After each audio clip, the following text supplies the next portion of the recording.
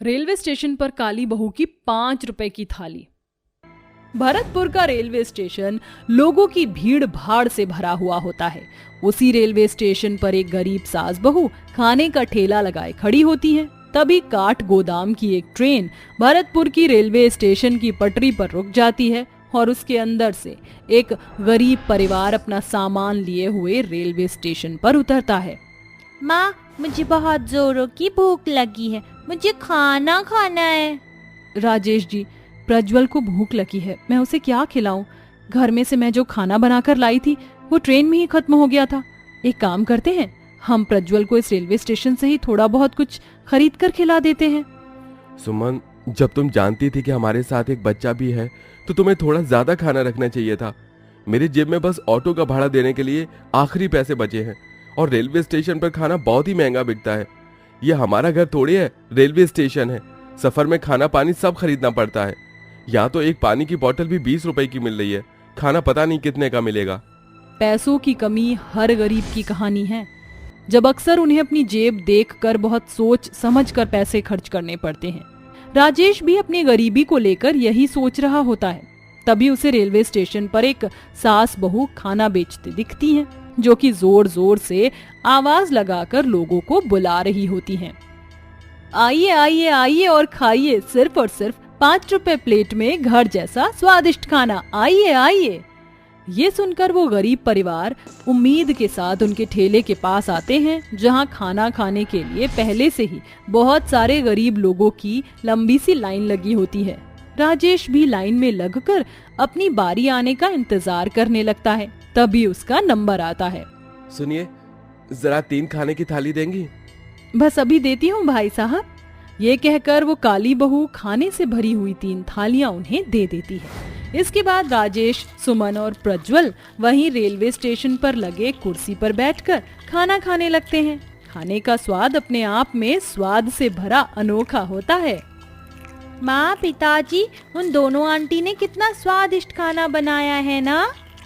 खाने का स्वाद तो सच में बहुत अच्छा है, मगर ये दोनों सास बहू 5 रुपए की थाली में इतना सारा खाना बेच रही हैं। दाल चावल, पूरी, 2-3 तरह की सब्जी, सलाद, अचार। ये खाने की थाली तो बड़े ही आराम से खाने वाले 100 रुपए में खरीद लेंगे। फिर ये 5 रुपए इतनी कम कीमत में क्यों बेच रही हैं? इसमें इन्हें खुद का क्या बचता होगा? ये कमाती ही क्या होंगी? सुमन की कही बातें राजेश भी सोचने लगता है, और जब वह खाना खाने के बाद उन दोनों सास बहू को खाली थाली देने आता है तो पूछता है, सुनिए, आप दोनों सास बहू 5 रुपए की थाली में इतना सारा खाना इतने सस्ते में क्यों बेच रही हैं? इसमें तो आपको कुछ भी कमाई नहीं होती होगी, बल्कि घाटा ही होता होगा। क्या आप दोनों सास बहू किसी संस्था के लिए काम करते हो? नहीं बेटा, हम दोनों सास बहू 5 रुपए की खाने की थाली सस्ते दाम पर इसलिए बेचते हैं ताकि गरीब से गरीब और भूखे लोग भी पेट भरकर खाना खा सकें। और रही बात कमाई की, तो अगर इंसान की नीयत साफ होती है तो ऊपर वाला उसे बरकत भी देता है। हम दोनों सास बहू भूख की कीमत का एहसास अच्छे से समझती हैं। भावुक होकर गरीब गायत्री अपनी कहानी उसे बताने लगती है। गायत्री बहुत ही गरीब तबके की महिला थी, जिसने अपने पति के गुजर जाने के बाद अकेले ही अपने दोनों बच्चों पायल और अनिल को पाला था, और जैसे तैसे गरीबी में अपने दोनों बच्चों को थोड़ा बहुत पढ़ाया लिखाया था। जिसके बाद गायत्री अपने बेटे की शादी गरीब काली अर्पिता से करके उसे बहू बनाकर घर ले आती है। अर्पिता ने अपने मायके में गरीबी देखी थी, इसलिए वह अपने गरीब ससुराल के घर आंगन में ढल जाती है। वहीं पायल भी अब शादी के लायक हो जाती है। अनिल बेटा, अब तेरी बहन पायल शादी के लायक हो गई है। पायल की शादी के लिए रिश्ते तो आ रहे हैं, मगर सभी के सभी लड़के वाले दहेज मांग रहे हैं। कोई बात नहीं माँ, ये भाई अपनी छोटी बहन के घर बसाने के लिए दिन रात मेहनत करेगा। अगले ही दिन पायल को देखने के लिए बहुत ही अमीर घर से रिश्ता आता है। गायत्री जी, आपको तो पता ही होगा कि हम कितने अमीर खानदान से हैं, इसलिए पायल को हम अपने घर की बहू बना लेंगे। बस आप दहेज पे 25 लाख रुपए दे देना। क्यों अनिल, दे सकोगे अपनी बहन की शादी में इतना दहेज? आंटी जी, ये गरीब भाई आपके आगे हाथ जोड़कर विनती करता है, मेरी बहन का घर बस जाने दीजिए। मैं जितना दे सकूंगा उतना दहेज दूंगा। मुझे टुकड़ों में कुछ भी पसंद नहीं, ये रिश्ता नहीं हो सकता। इस तरह से प्रेरणा पायल को ठुकरा कर चली जाती है।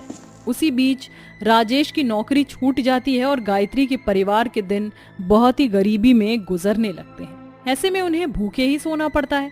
जब दोनों सास बहू काम ढूंढने निकलती हैं तो उन्हें किसी मंदिर की सीढ़ी पर तो किसी फुटपाथ पर, यहाँ तक कि रेलवे स्टेशन पर गरीब भूखे दिखते हैं। उन्हें देखकर वह अपने दुख को भी भूल जाती हैं।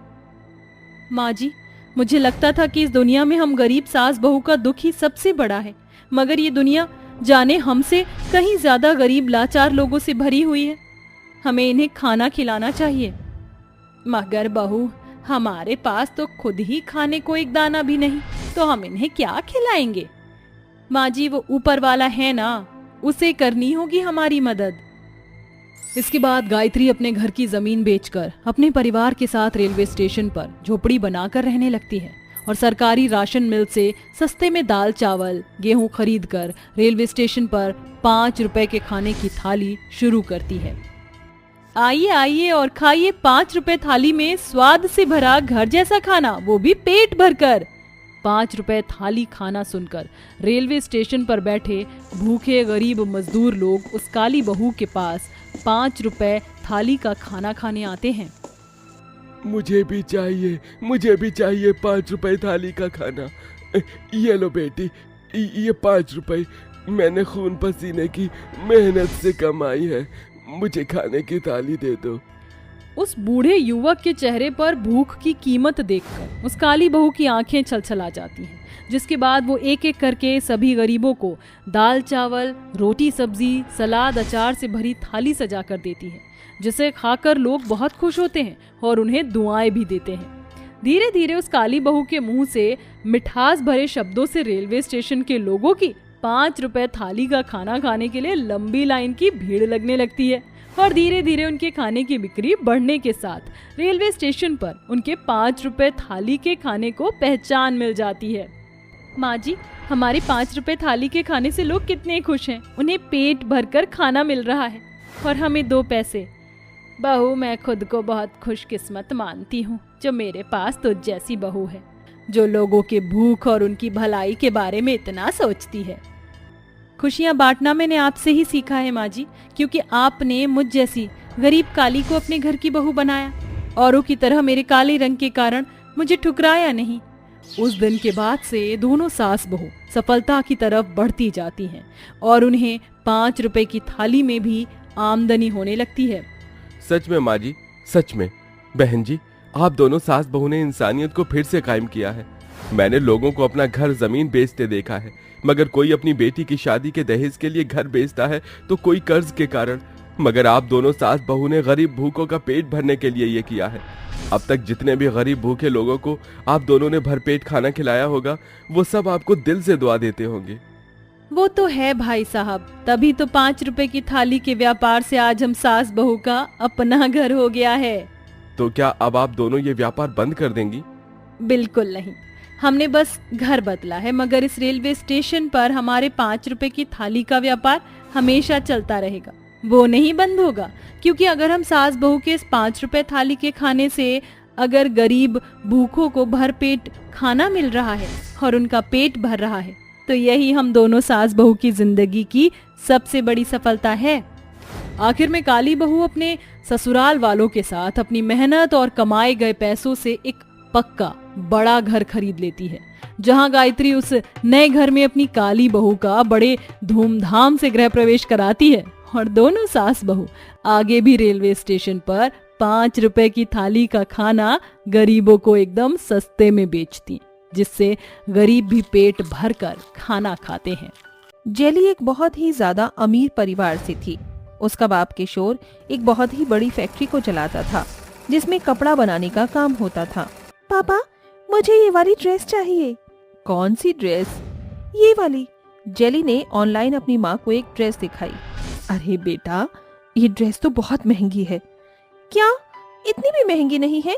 और हाँ मॉम, मैं आपसे नहीं बाबा से इसे खरीदने को बोल रही हूँ। तभी जेली का बाप बोल पड़ा।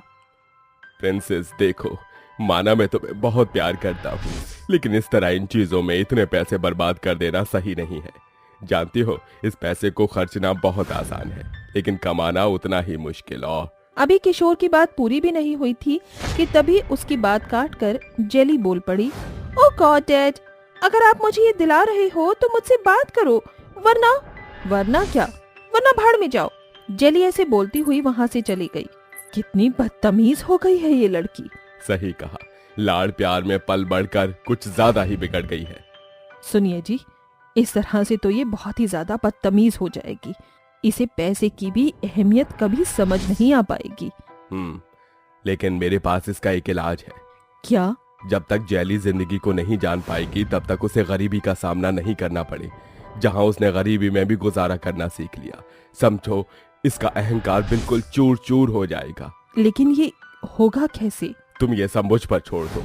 फिर क्या था, किशोर ने एक गरीब लड़का अपनी बेटी के लिए पसंद कर लिया। जेली ने एक गरीब परिवार में शादी करने से बहुत इनकार किया, लेकिन किशोर नहीं माना और उसने एक गरीब परिवार में जेली की शादी करवा दी। शादी के बाद जेली टूटे हुए मन से अपनी गरीब ससुराल आ गई, जहां उसके घर के मुकाबले कुछ भी सुख सुविधाएं नहीं थीं। अरे नहीं माँ जी, जल्दी एसी ऑन कीजिए। बहू, हमारे घर में एसी नहीं है। व्हाट? तो कूलर या पंखा कुछ तो होगा। बहू, हमारे पास तो बस यही है, यही हमारे पूरी गर्मियों के साथी है। वीना ने 2 हाथ के पंखे निकाले और अपनी बहू को पकड़ा दिए। बेचारी जेली अपनी ससुराल में कुछ भी नहीं बोली और हाथ के ही पंखे से खुद को हवा करने लगी। जेली, तुम थक गई होगी, आओ दिखाओ, मैं तुम्हें हवा कर देता हूँ। बंद कीजिए ये नाटक। अरे अगर मेरी इतनी ही फिक्र है तो शादी के पहले एक पंखे का इंतजाम नहीं कर सकते थे? आए बड़े झूठी चिंता दिखाने वाले। जेली की बातें सुनकर तरुण चुप हो गया। इसी तरह से कई दिन बीत गए।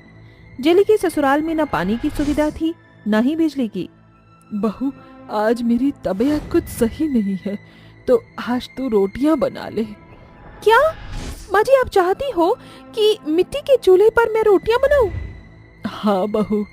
चुप रहिए, मैं बिल्कुल भी रोटियां नहीं बनाऊंगी। मैं बताती हूँ कि कैसे तुझे मिट्टी के चूल्हे पर रोटियां बनानी है। अपना बताना आप अपने पास ही रखिए। आई बड़ी बुढ़िया मुझसे रोटी बनवाने वाली। जेली ऐसे बोलकर घर से बाहर चली गई। हे भगवान, इतने अमीर घर से लड़की लेकर आना मेरी जिंदगी की सबसे बड़ी भूल थी। बेचारी वीना अफसोस करते हुए खुद ही रोटियां बनाने लगी कि तभी जेली के जाते ही वहाँ 2 आदमी आए। कहिए साहब, कौन हो आप? हम लोग सरकार की तरफ से आए हैं। जी कहिए। सरकार की तरफ से एक योजना आई है, जितने भी गरीब लोग हैं सरकार उन्हें अपनी तरफ से फ्लैट दिलवाएगी। है? सच्ची? तो हमें क्या करना होगा?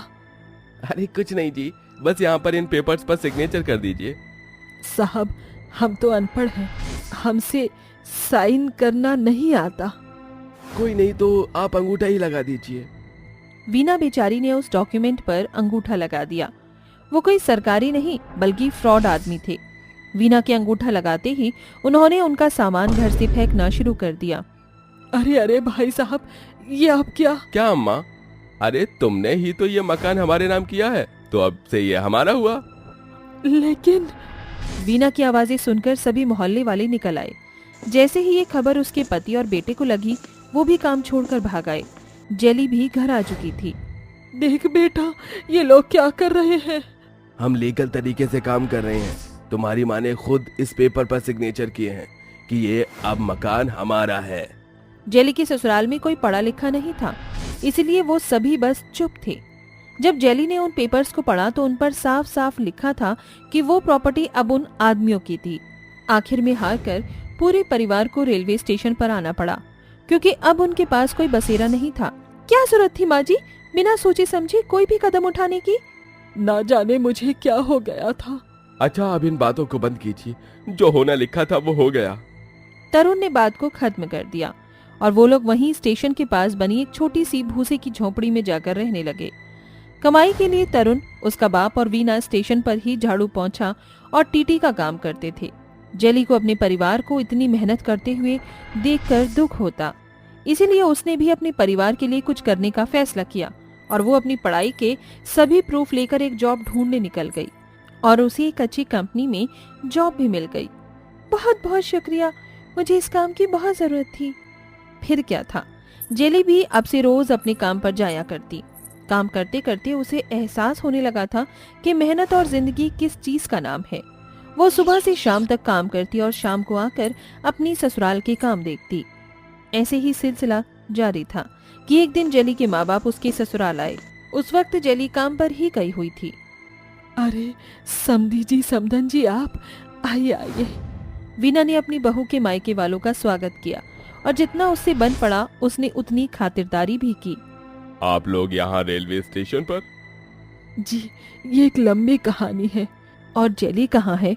बहू काम पर गई है, शाम तक लौट आएगी। काम पर? सच में? जी। इस तरह से परिवार में बातें होती रहीं। किशोर और दुर्गा अपनी बेटी की इतनी गरीब ससुराल देखकर हैरान थे। कुछ ही घंटों बाद शाम हो गई और जेली भी घर लौट आई। सासू माँ। Surprise princess. पापा आप और माँ भी, आप कब आए? जेली ने जगह जगह पेच लगी हुई साड़ी पहन रखी थी। उसे इतनी बुरी हालत में देखकर दुर्गा की आंखें भर आई और उसने उसे गले लगा लिया। क्या हुआ माँ? तुझे इतनी मुश्किलें उठानी पड़ रही है तो इस बारे में हमसे नहीं बोल सकती थी क्या? अगर आपसे बोलती तो जिंदगी को करीब से जान कैसे पाती?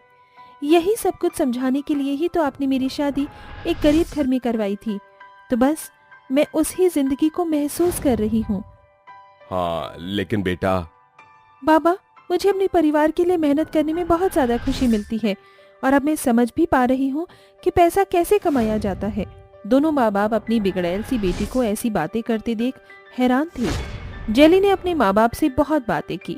बातों बातों में जेली का बाप उससे बोल पड़ा। हाँ तो मिस जेली, मैं आपके काम से बहुत इम्प्रेस हूँ। क्या आप मेरी कंपनी की मैनेजर बनना पसंद करोगी? पापा?